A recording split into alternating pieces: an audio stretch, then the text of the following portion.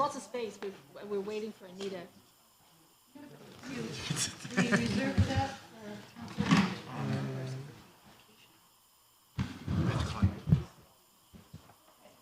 yeah. Nothing major. Yeah. I just want to make sure. I like it. I like all of it. So do you, I didn't hear from Anita.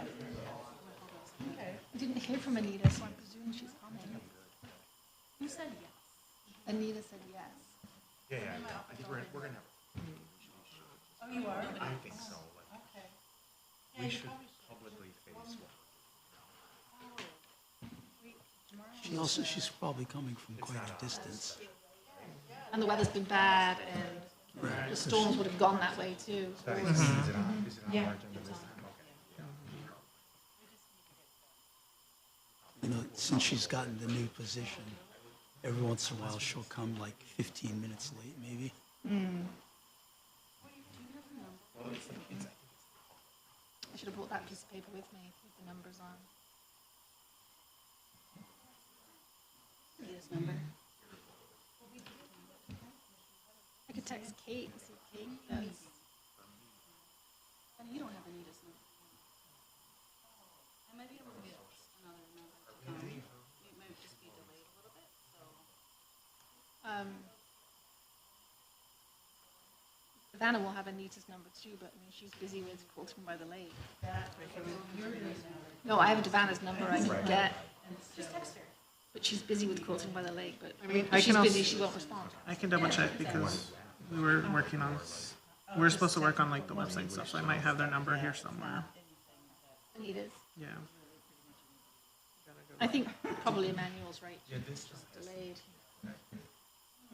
Let me tell my.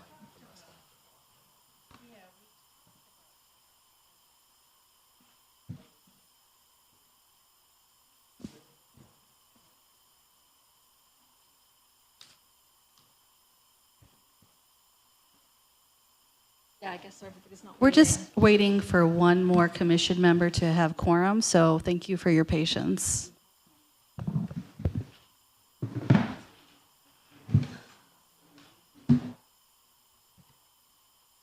How did you fare with the technology?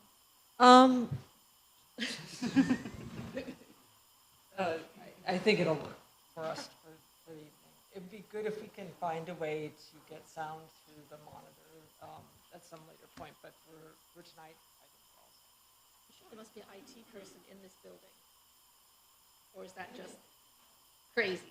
They leave at like 4:35. Yeah, but I mean, like for another time, from maybe I could come down and get trained on, Oh, yeah. ask somebody who actually knows and get them to tell me how to put sound on there. That's what I was thinking. Sometimes maybe I can. I'll add it to the list.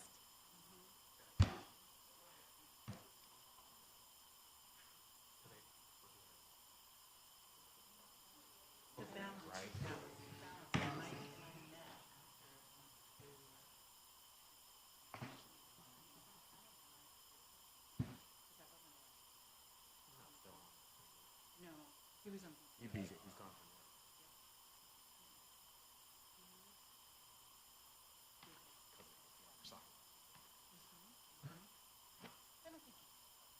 Benny, how many weeks do you have the kids for? Do they come for 1 week and then you have another? Or is it like multiple weeks the same kids? We have them for 3 weeks, all week, so Monday through Friday.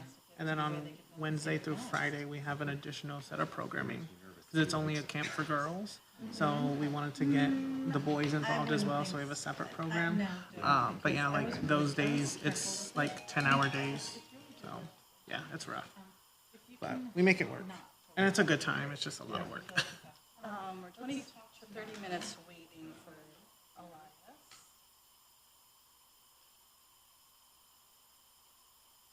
We're waiting for Anita.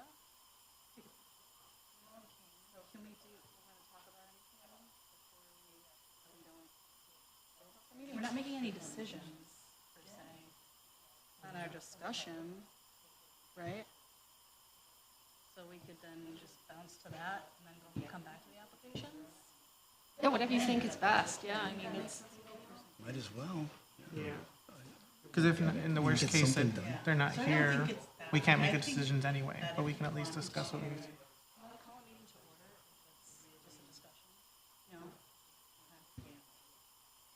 Okay, so then do we then talk right now? Yeah, you could just, I mean, maybe say to other people what we're doing, so, Yeah, because we can't even review minutes and like because we don't have enough people to to vote on it. vote on it.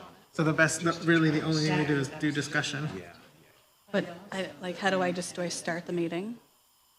Wise and learned Yeah. friends over here. So we're thinking that we're gonna have our discussion of other agenda items now because we don't have a quorum. So do we start the meet, We formally start it? Yeah. formally start the meeting to do that? start the meeting, but you can just announce that you're not going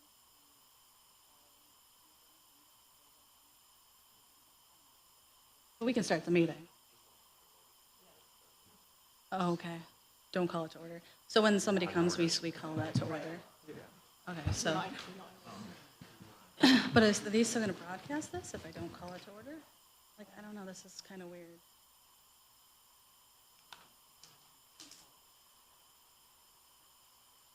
Okay, all right.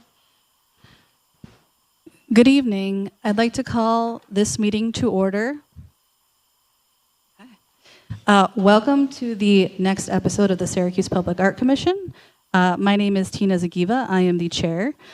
We're waiting for one more commissioner to have a quorum so that we can make decisions and vote. So in the meantime, here we go. Yay! Okay, so now it's official. So we're going to take a minute. I wanted to do this a little bit differently and ask that all the commissioners at the table go around and introduce yourselves. And I ask that you please speak into the microphone because on our social media YouTube channel, it's hard to hear if you're not speaking into it. And this goes for artists too. So we're going to start with Kelly. Good evening, I'm Kelly Sickler. No. I'm Anita Wellich. Tina Zagiva. Emmanuel Carter. And I'm Benny Guzman. And we have special guests with us, the Honorable Jimmy Monto. And do you want to introduce yourself? Martha Hertzberg from the Corporation Counsel's Office.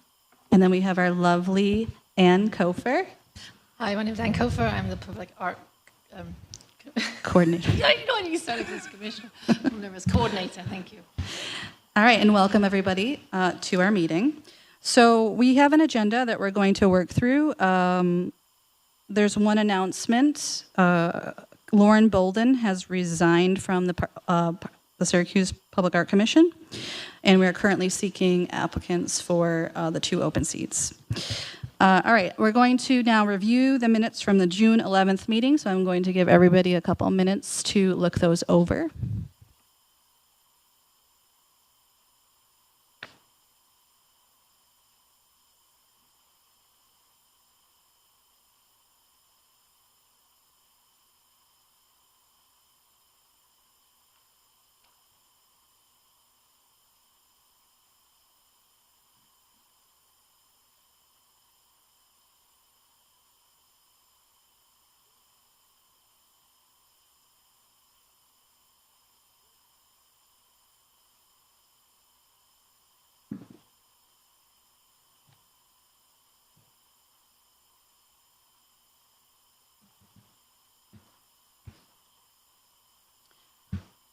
When we're ready, I'll take a motion to approve. Make a motion to approve the minutes? Do I have a second? Second. Emmanuel seconds. All in favor?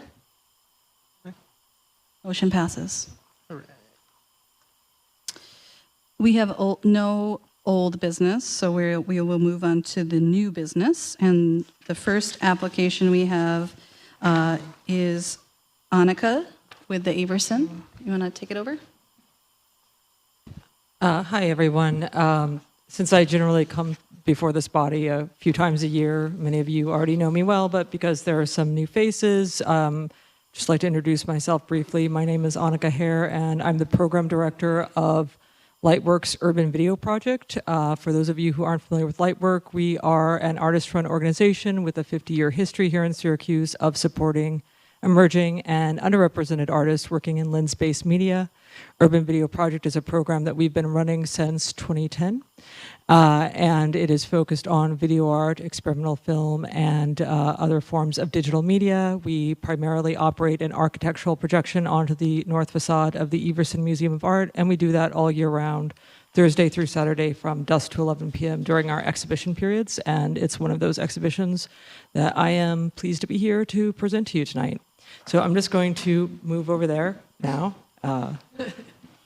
So that I can read my laptop, and I'll go ahead and, after kind of introducing the piece and the artist briefly, I'll go ahead and play however much of the video itself the commission feels will, is useful.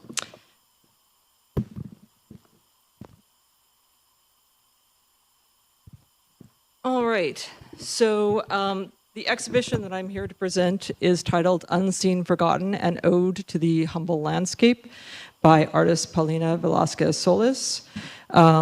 This is going to be, as I said, an architectural projection onto the facade of the Everson Museum of Art. Planned dates are July 18th through September 28th. Oh, that's funny. I think the dates aren't on here, but the dates are on the postcard. So I think it's September 28th that is the closing date. I'm going to go ahead and bring up, actually, you all have the supplementary document, the PDF document that has the still and the synopsis, hopefully. Was anybody not able to view the video before coming in? Just for reference. So everybody has seen at least a bit of the video. Okay, that's great. So this video continues of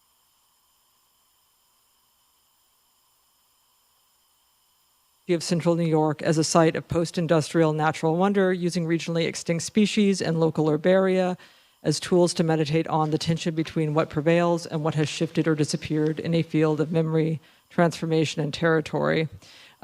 This project is actually part of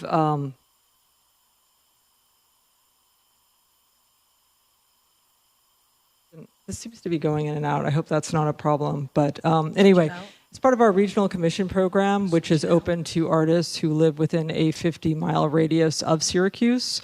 And that is something that we just opened up for proposals this past year. So Paulina Velasquez Solis is actually our first selected regional artist. She is based in Ithaca. And that is part of a kind of ongoing history that we have of supporting artists through commissions. But this, like I said, is a new program we're really excited about because we're both supporting regional artists and also making it open to artists to apply as opposed to doing an invite-only program. And they were selected by a jury that included Tara Miranda Nelson, who's the film programmer at Visual Studies Workshop in Rochester, as well as Chayla Surratt, co-founder of the Syracuse Black Artists Collective, proprietor of Black Citizens Brigade in downtown Syracuse, and regional consultant to Creatives Rebuild New York. Paulina Velasquez Solis is a multimedia artist from Latino America with an interest in the oddities hidden within nature and the body. She was born in Puebla, Mexico, and grew up between Mexico and Costa Rica, where she went to art school. She works in diverse media, including installation, sculpture, drawing, animation, and multimedia performance. She graduated in art and visual communication in printmaking at Universidad Nacional in Costa Rica and obtained an MFA in new genres from San Francisco Art Institute as a Fulbright Scholar. She moved to Ithaca, New York in 2018, where she is currently faculty at the art department at Cornell University and Ithaca College. Her work has been shown around the world, just a selection of some of the institutions that have presented her work, Museo de Arte y Diseño Contemporáneo, and in Costa Rica, the Taipei Fine Arts Museum in Taiwan, Ex Teresa Art Actual in Mexico City, Museo de Arte in San Salvador, Torino Contemporanea in Italy, Museum of the Americas in Washington, D.C., UCLA Biennial in Los Angeles, and the Berkeley Art Museum in the San Francisco Bay Area.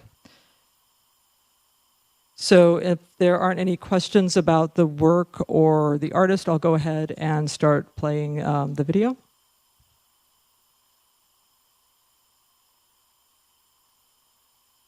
And apologies, the volume on the audio is going to be a little bit low, but just maybe a word before we start the video.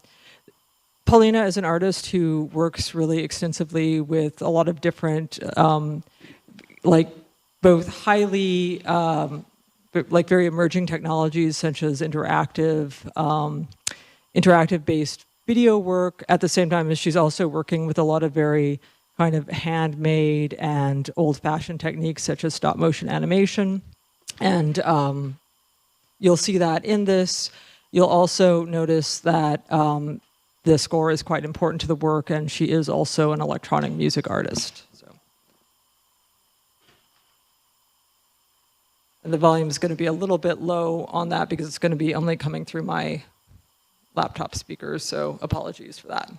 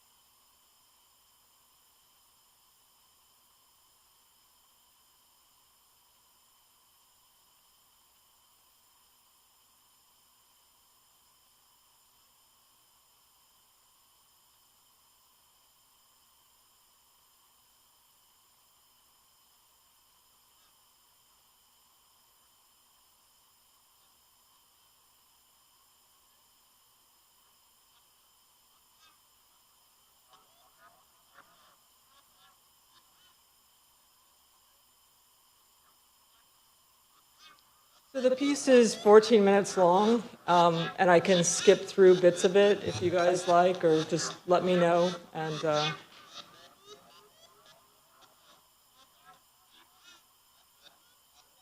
so this was specifically shot using specimens from the Bailey herbarium, which is an herbarium that's associated with Cornell.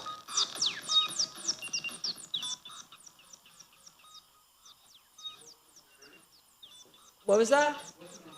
Herbarium, like a place where botanical specimens are collected for research.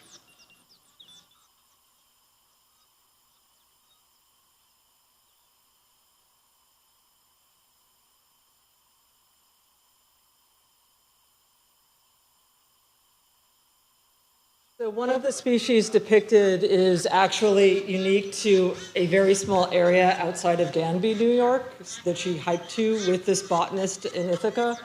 I think that may be what we're, what we're seeing here, I think, is the natural habitat of another species that appears in the piece, but it appears only in specimen form because it's actually gone extinct regionally.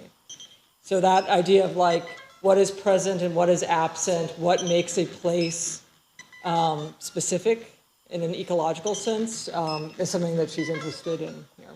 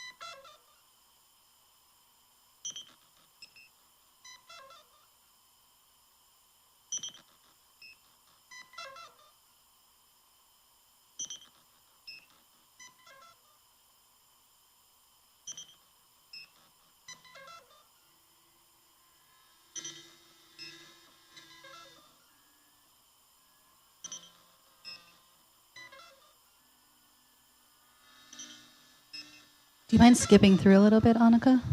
Would you mind skipping through a little bit? Oh, yeah, sure. Let me see if I can put my mouse up there. Unfortunately, really hard to see my mouse on this screen, so I apologize. Okay, here we go. Okay.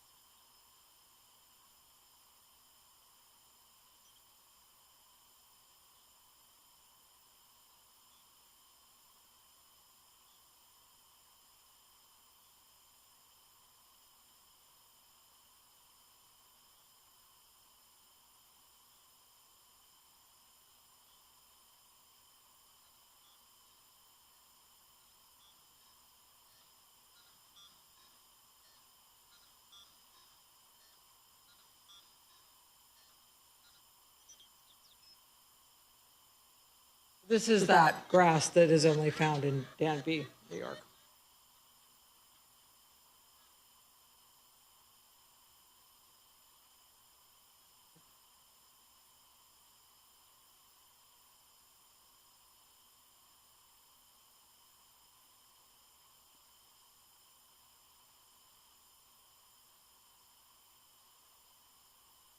I think that's good. Yeah.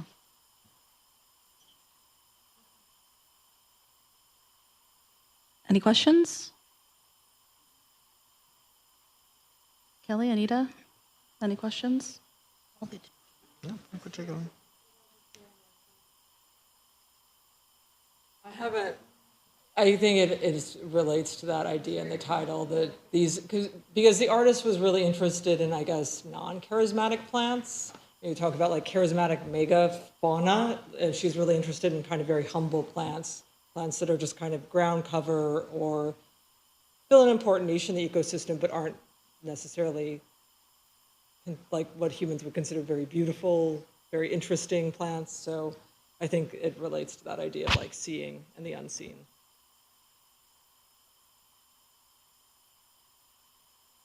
We good? Anything else? All right. Can we get a motion to approve? I'll move to approve. Oop. Go ahead. Need a motion, and Emmanuel seconds. All in favor? All right. Motion passes unanimously. All right. Thank you, Annika. Yeah. Thank you very much.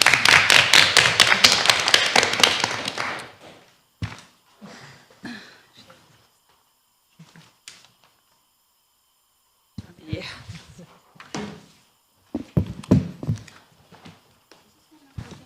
It was coming out.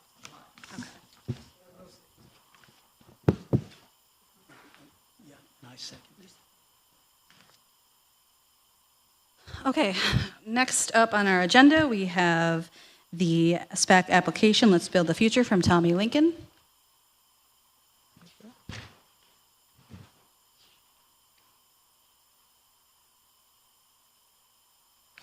Do you need me to put anything up there, or do you guys have my submission in front of you? We do have the slides. We have it, yeah. I'd like to introduce Ray Manassa from the United Way.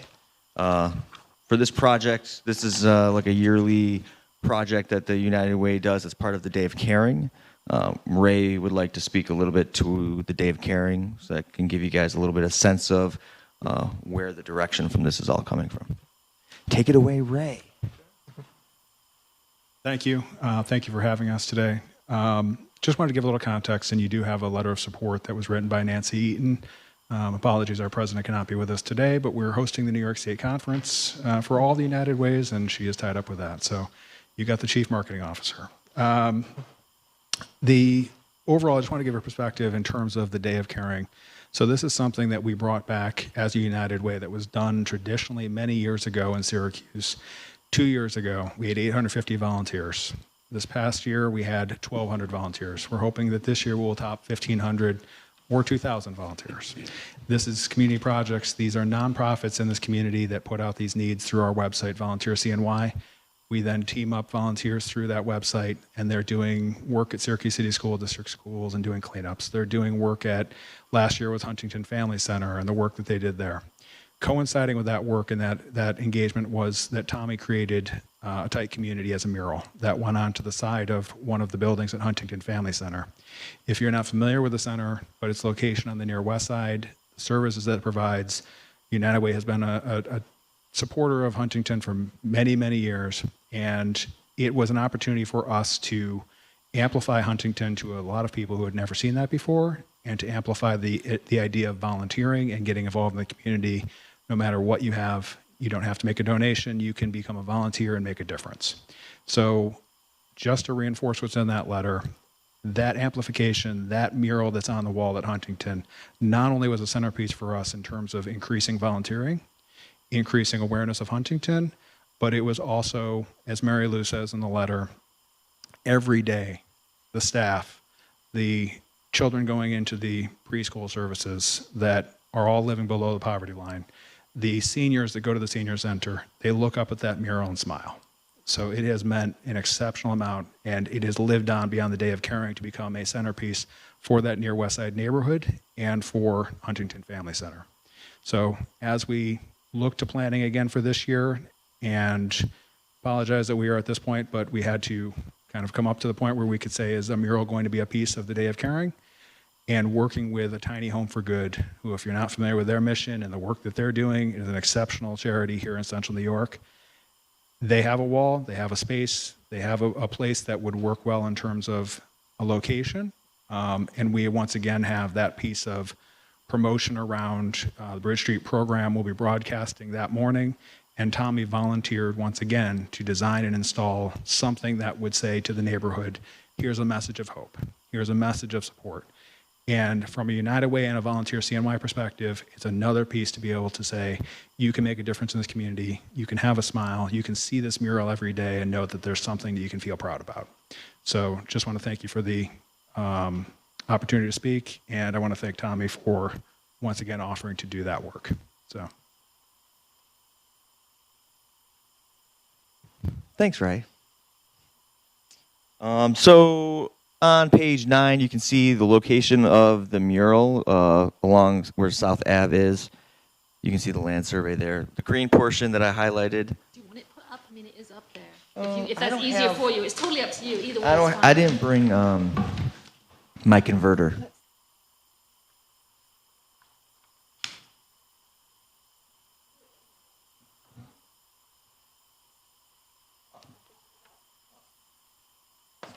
That works great.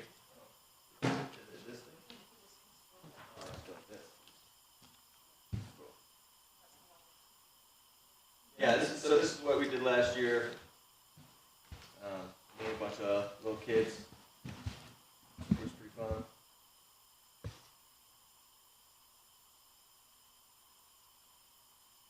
You guys remember me from last time?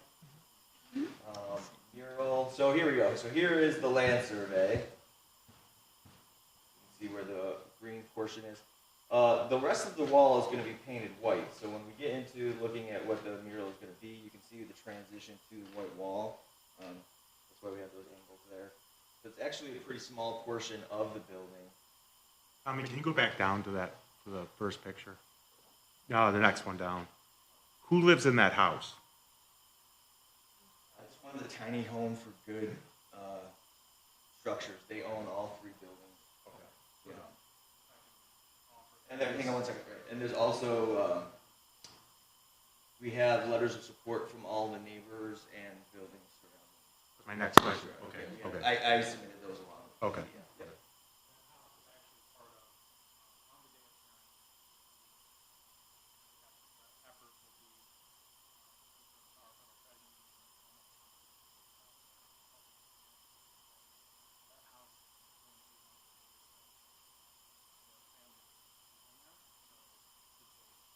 Part of that effort is the work that's being done in the house, work that's being done in the office, and that entire area is being painted, landscaped, blacktop, it's all going to be refreshed.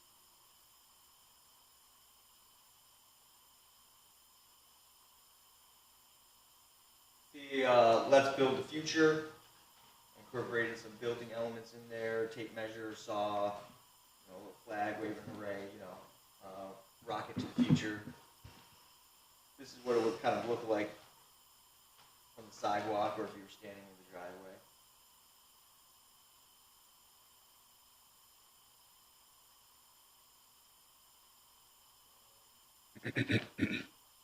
Budget?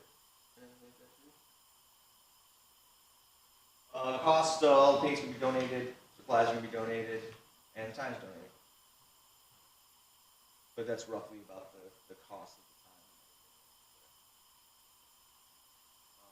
Like all the murals that I do, I keep all the paint in storage up to a year, so if anything chips or breaks or anything comes off, I go back and fix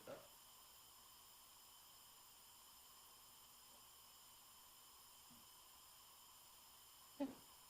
Any questions?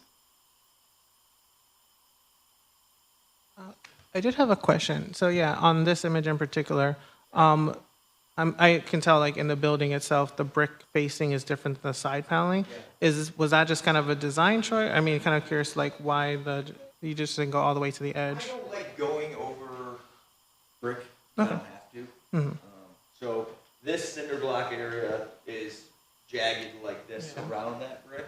So I'm gonna mask off all that brick there to create that interlocking shape there. But yeah, I try not to paint over. You know, you never know when you're gonna be. I should have painted over that fighter face, you know. So I kind of leave that. And forgive me if it's in here, but what type of paint did you say that you're using? I got here. Oh, it's right there, Rico yeah. exterior, soft gloss, and my time on that. Got it. And do you put like a sealant over it? This is the gloss exterior is pretty like with that gloss on there. If it got dirty or something, you could like spray it off.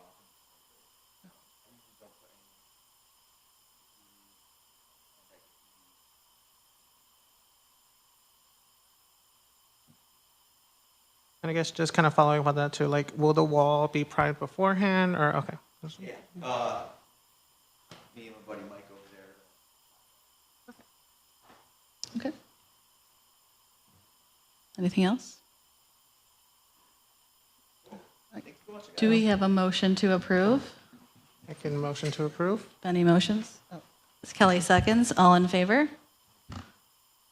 Motion passes unanimously. All right. Congrats. All right.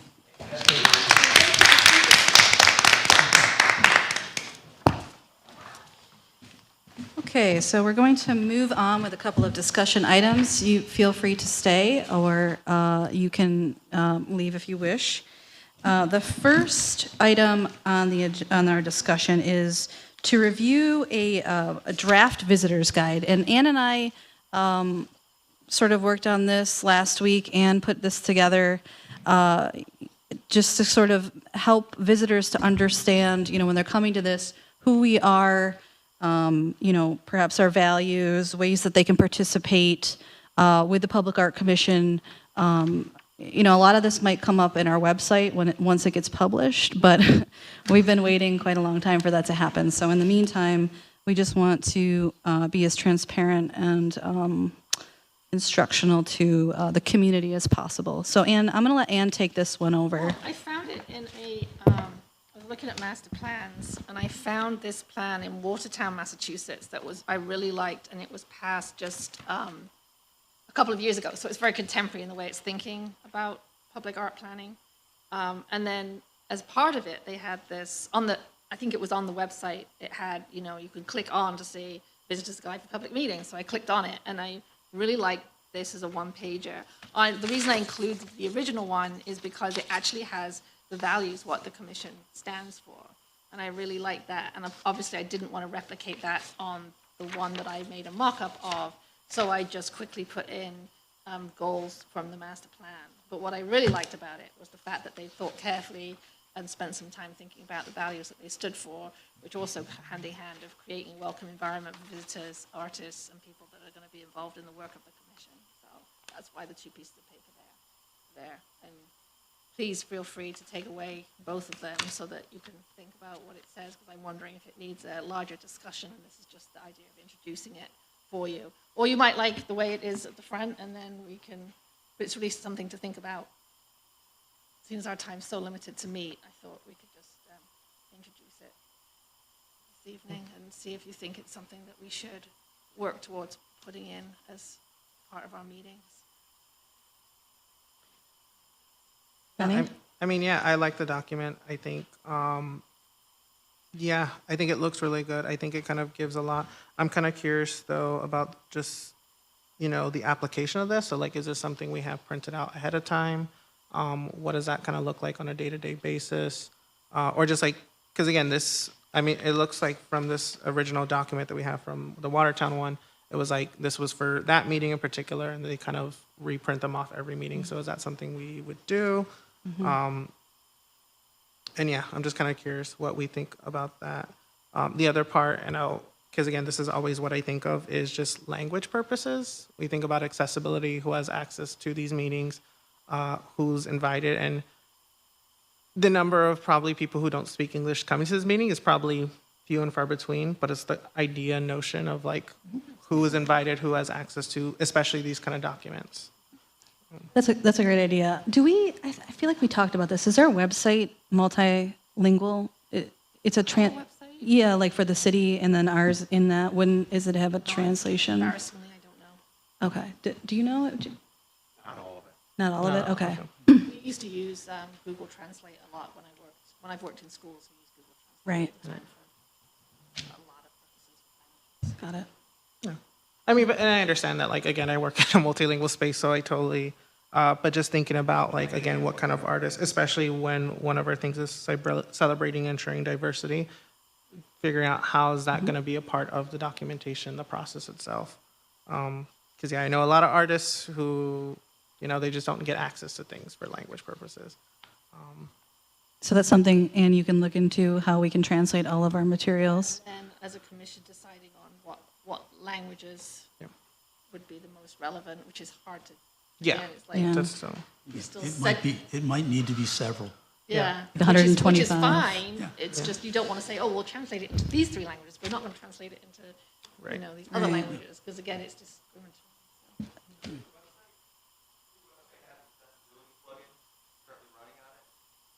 I That's sad.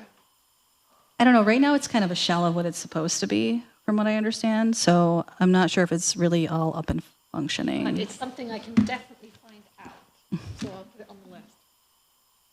So what does everybody think? Do we want to adopt this now, or do we want to take a little bit more time, maybe put it to one of our task forces to develop more, and then reassess it? Or thoughts, questions, concerns?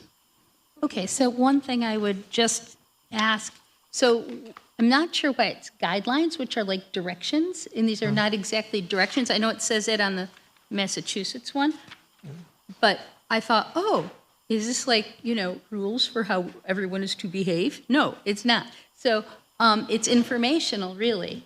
So I think that that is a little misleading, just off the bat.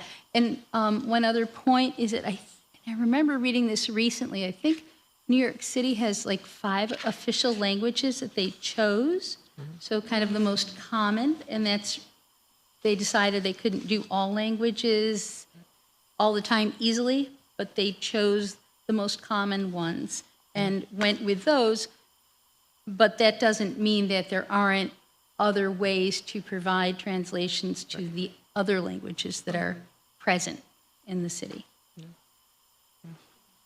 I just want to second that, because I think that's a great just policy of like whatever languages are officially kind of recognized by the city could be a good baseline for us to just be like, this is what we have.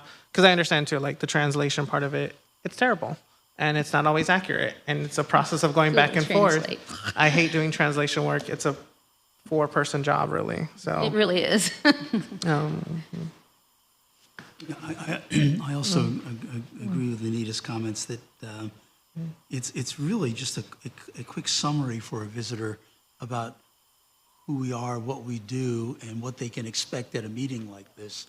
And I think that's a good idea.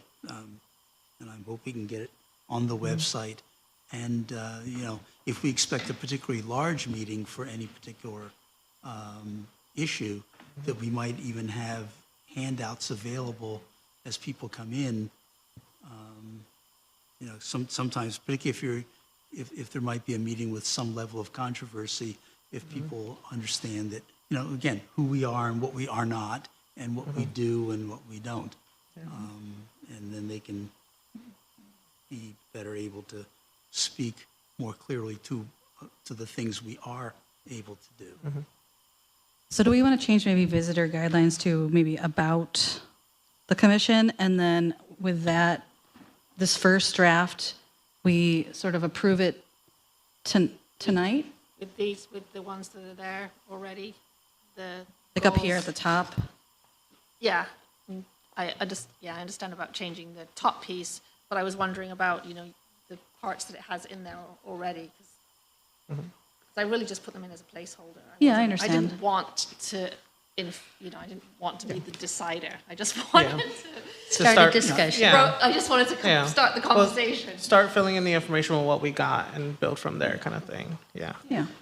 But I do think it would be ideal if in its final form, it is one page and really simple, it should not become, in fact, if people think it's complex, then I think we missed the boat. Yeah. So are we waiting? I would definitely move to wait just because, and I hear what y'all are saying about the guidelines part, that in some ways right now this is not guidelines, but I do think it would be helpful to maybe have some of those guidelines of like, again, kind of like Robert's Rule of Order, like what is the process? How are we going to go through the night? Like what is the process for engaging with the audience from the commission and so on and so forth? Well, I think we have that's in our rules of procedure, that maybe that's where we Well, that's what I'm saying, clarify like that more. maybe incorporating not the whole thing, obviously, but part of that into like, this. hey, this is who we are. This is what you're about to see happening. Right. And again, just kind of managing like these are the expectations for the meeting, essentially. All right, so what we'll do is we'll put this in one of our task forces, and we'll have some commissioners working on it, which is, will lead us into our next discussion item. If everybody's all set with this one? I think so. Okay. All right, so if you all can remember, over a year ago, we had started the discussion of having task forces. And these task forces, again, were just, I had roughly pulled these ideas out after reading through our 25-page master plan or something like this. So, there's a lot of information there, but some of the major themes that I was seeing, I pulled it out, created, sort of 5 task forces, each with bullet points underneath as goals.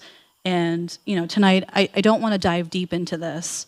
I just want the members of the commission to review the master plan and then think about, what we have identified as task forces.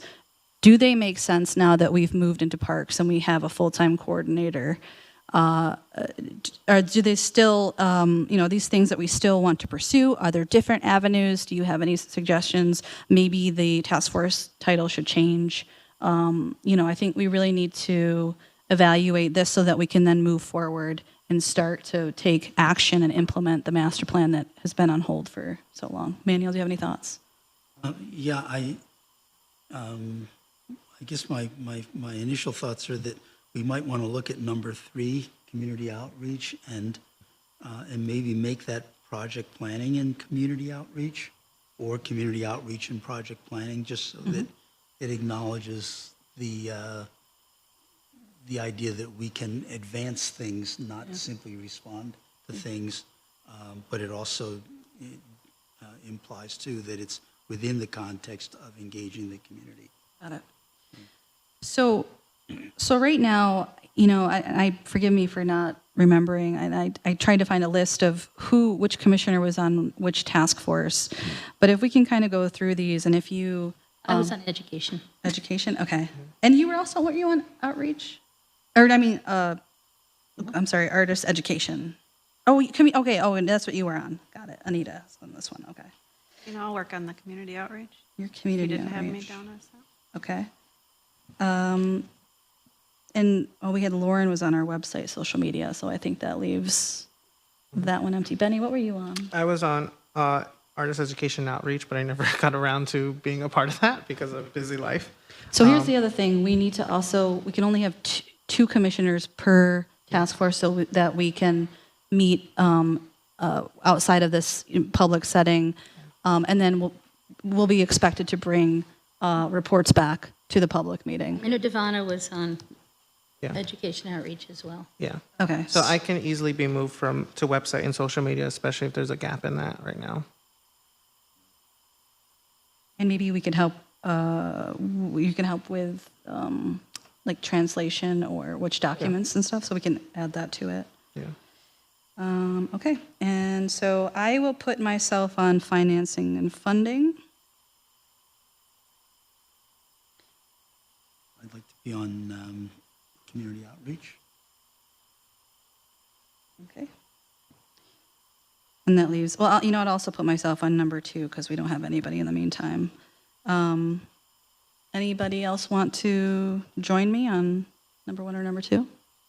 No? Any takers? All right. Well, so, again, look at your task force, read over the master plan, come with some notes to the next meeting. We're hoping to have a working session in August. I know Anne is still nailing down a date on that so that everybody can make it. Yeah, I guess I would like, being as we have some of us here, when the last week in August, do you want to leave it till September? Does September get crazy busy? Is it better kind of the tail end of August? Does everything's busy, so just try and plug it in best you can. August is probably better than September for me. See, this is good information. Same here, but Okay. also everything's busy, so whenever you can, kind of. Do you prefer, is there a night of the week that's preferable? Not Tuesdays. Okay, that's good to know as well. I would probably also second that because a lot of my courses are on Tuesdays at this time. So, yeah. Okay. Thursday evenings? Everybody good with the Thursday? Yeah, probably so. Yeah, my life, well, if we're doing it in August, yeah, classes start the last week of August. So Like the 19th, 20th, 21st, that week just before. that week is not so bad. In fact, it might get me out of a faculty meeting. So we could tentatively say keep that week, and I'll start saying the 22nd, which is the Thursday of August, and then we'll reach out to everybody else and see if it is something that works for them. You're thinking 5:30? Yeah, for open meeting, for a planning meeting.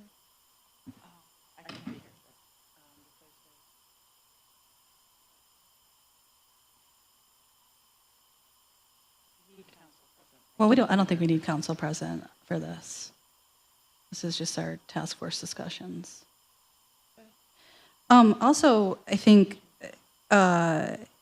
we should also be looking at community members that can join your task force that you think have particular skill sets that can add to our mission.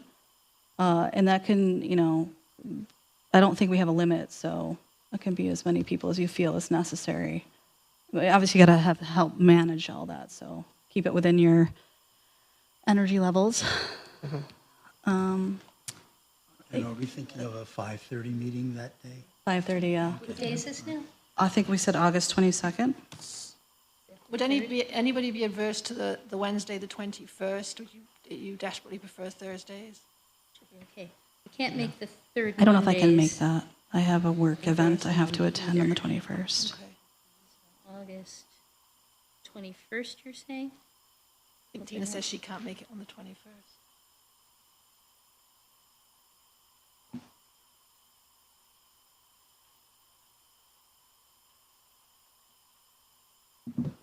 Okay, well, we can follow up through email. I don't think we need to sit here and Okay. belabor it. Okay, so one more thing.